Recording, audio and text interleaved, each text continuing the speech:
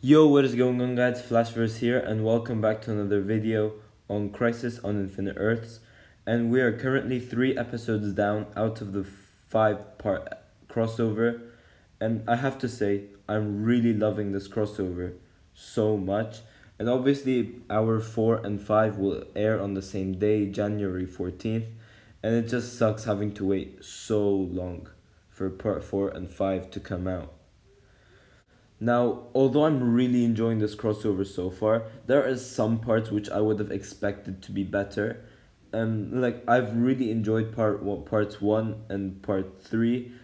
Part 2 really has like the biggest problem that I would have made a lot better. But so the video I'm basically going to be doing right now to you guys is things I would have changed about this crossover to make it a lot better in my eyes at least. It would include changes from part 1, 2, 3 as well, but part 2 at the most, because like that has like a major issue. But before I do that, you guys don't forget to drop a like on the video and subscribe to the channel so you are aware of more Arrowverse content coming your way. Okay, now anyways, the first major issue for me is the Paragons list. So the 7 paragons we have are currently the Flash, who is the paragon of love, Ryan Choi, the paragon of humanity, Martian Manhunter, the paragon of honor, Supergirl, the paragon of hope, Kingdom Come Superman, who is the paragon of truth, Batwoman, the paragon of courage, and Sarah Lance, the paragon of destiny. Now, there are major issues that really do need to be fixed in this list. Now, there's not even a single moment where I would even think that Batwoman would even deserve to be a paragon. She's literally new to this whole superhero thing and is new to like this whole multiverse and crossover things as well. And the fact that they're pushing her so much and making them a paragon is just so annoying. In my opinion, I would have changed this to Batman, and why?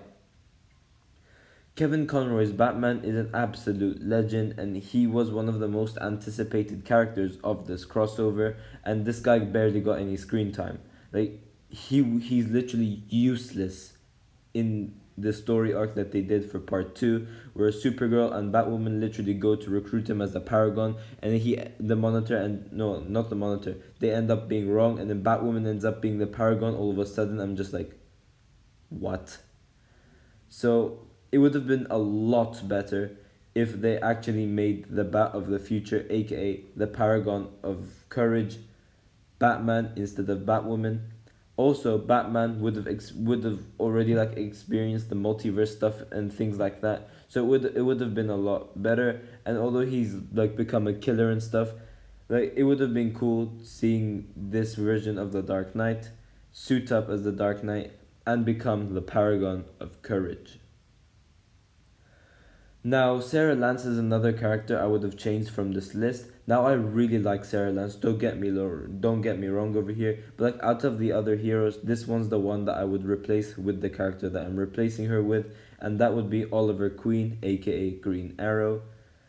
Now, this is because Oliver is the character that's been the first recruit from the Monitor to help him fight this crisis.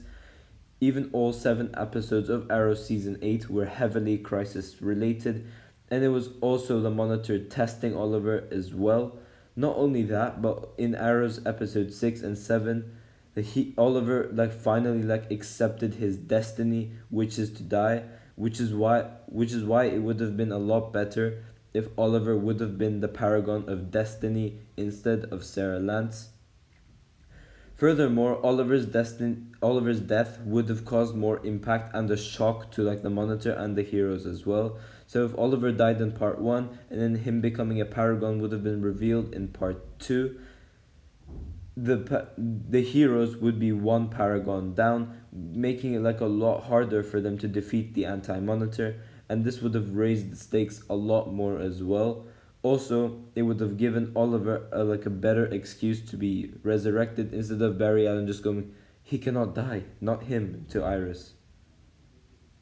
Now, lastly, about the Paragons, I would have replaced Ryan Choi with Earth 2 Laurel, aka Black Canary, and why is that?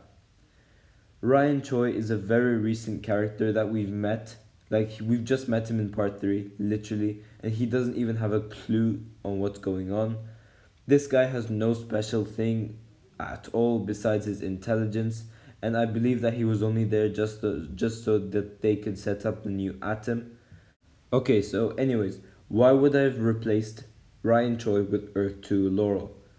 Because just like Oliver in Arrow season 8, she was also tested by the Monitor, and even for not betraying Oliver, the Monitor literally rewarded her a chance to see Quinton Nance again. And she's also like witnessed her Earth being destroyed as well. And like, you could, like, from my sayings right now, you can just tell, for those who don't watch Arrow or those who just watch Arrow, like, she's also been heavily crisis focused as well. And like, the fact that she's not even in this crossover just really does suck. Not only that, but from her redemption arc from like being a killer to a hero is really cool, which is why I would have made her the paragon of humanity.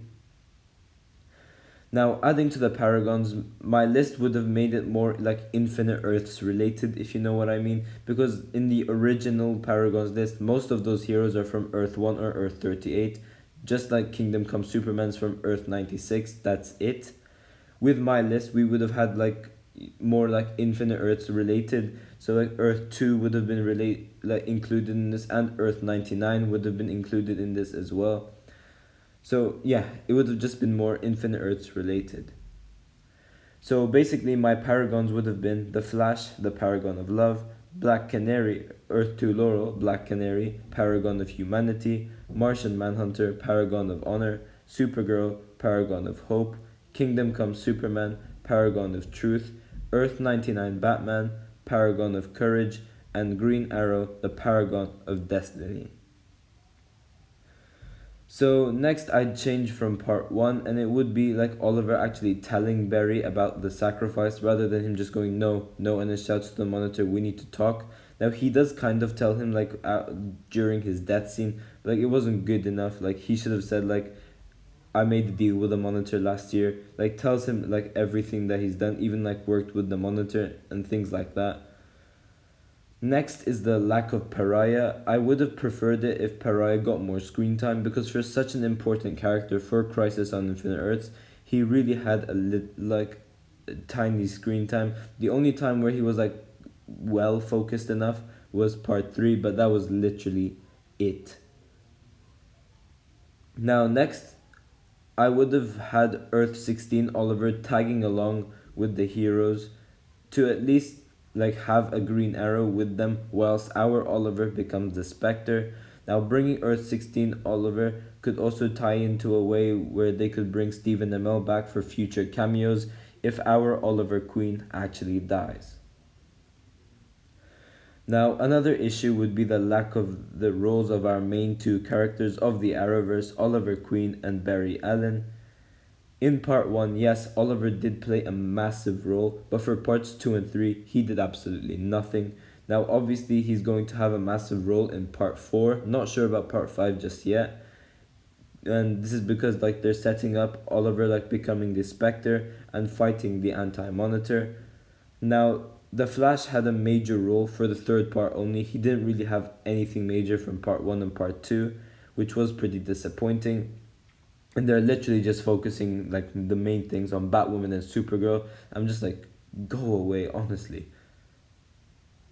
Now, also I would have wanted more Lucifer and Jim Corrigan Spectre like scenes. Like Lucifer Morningstar is one of those cameos I was most excited for. And I just love Tom Ellis's acting as Lucifer. And yes, I've watched all 4 seasons of Lucifer already, and I cannot wait for season 5. And it would have also just been cool seeing like him take a trip to purgatory alongside the heroes as well.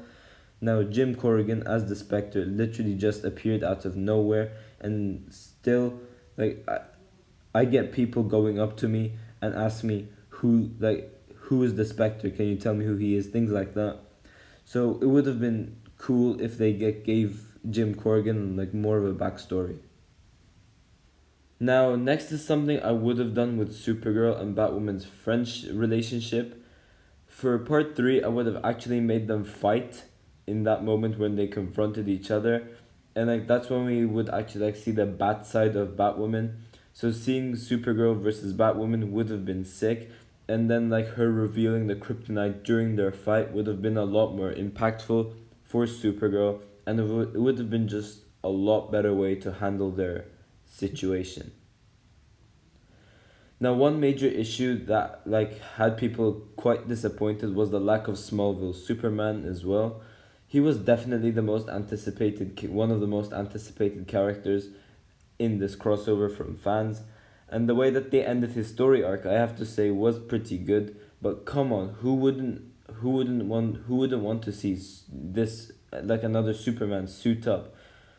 As like Mark Guggenheim, I think it was Mark Guggenheim. Correct me if I'm wrong, but he did say that we would have a scene with three Supermans in them. So now this would be pretty much like very unlikely to happen, saying that one of them got probably erased from existence, and then the other ones also dusted away from the antimatter. So, I mean, so it is very unlikely to see this happen in part 4, maybe part 5, but don't expect it. Don't keep your hopes up. But like it would have been cool if they like actually like had these three Superman suit up in part 2 and like make like them do something together. It would have been sick. But like still the way that they handled the way that they handled Smallville Superman's story arc was still very good. Now they don't explain how he got rid of his powers. I'm predicting it's blue kryptonite. I could be wrong. Now one last thing which will, well, not last thing, like two these this is the second last, but I would have actually wanted Earth 1 Barry Allen to disappear in Crisis, so it would be more of an impact to the team as well, having like two paragons down from the story that I'm creating now. And like we could still see him disappear in part 4 as he's facing off the Reverse Flash, but I don't know, like seeing Earth 90 Flash was pretty emotional as well. Like I was honestly fine with it. Like it was handled pretty well, although it was quite expected. But it would have been like more shocking to like end part 3 with Barry Allen disappearing instead of Earth 90 Flash disappearing, and then like the heroes find a way to bring him back later on. Now, lastly, to go over is instead of Harbinger attacking the ship, I would have preferred it for like the anti-monitor to appear in the Wave Rider, because it would have like shown the heroes what their like actual threat is and what they're up against, and like seeing him like use his power on the heroes would have just been like so much cooler, and like seeing like an actual anti-monitor versus the monitor fight would have been so cool to see. Now I know they put Harbinger in to like shock the audience, but like for those who know the comics, like Harbinger does betray the Monitor, so like those people would have literally just expected it. Now actually I'm gonna add another last thing, and it would be Kingdom Come Superman actually surviving, and like Lex Luthor being the one dying. Like, I really like Lex Luthor. Like I honestly laughed when he did it. But like, I like wanted to see more of this Superman character. He was definitely my favorite Superman so far, Kingdom Come Superman. But yeah, I just cannot wait to see part 4, and I just can't wait to see what's next. Thanks for watching, guys. If you've enjoyed the video, please give a like and subscribe, and I will see you guys in my next video.